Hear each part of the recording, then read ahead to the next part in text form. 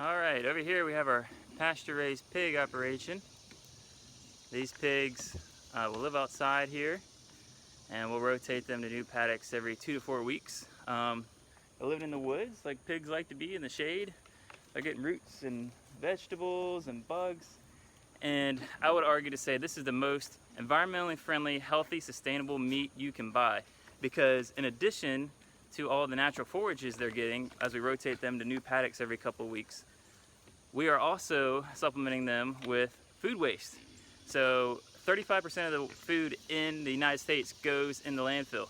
And what that does is it just creates a huge waste. I mean, there's so much greenhouse gases, and there's such a huge carbon footprint just to produce that waste. Then it goes to a landfill where it just rots and ferments and turns into methane, which is 10 times more potent greenhouse gas than CO2 is. And so what we're doing is we're taking all that food waste that took a lot of energy to make, and instead of letting it ferment or sit in a landfill where it's going to turn to methane and contribute more to greenhouse gases and climate change, we are turning it into bacon. So in effect, because we're not using feed, this can be a carbon negative operation. So we're actually drawing down our carbon footprint by giving them food waste that otherwise would have turned into methane and greenhouse gases.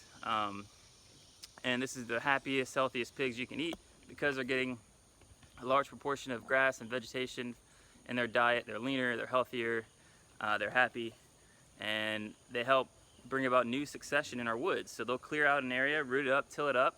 We'll move them to the next area. They'll get rid of all the briars and brambles, and then we'll have grass come up. We'll have new food for all the deer and wild turkeys that are around here.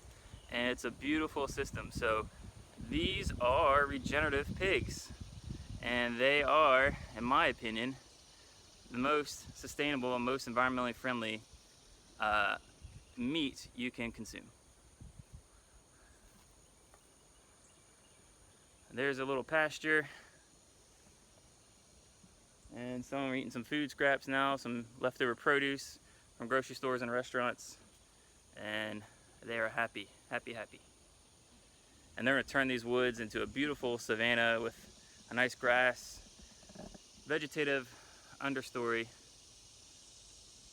in this pine forest.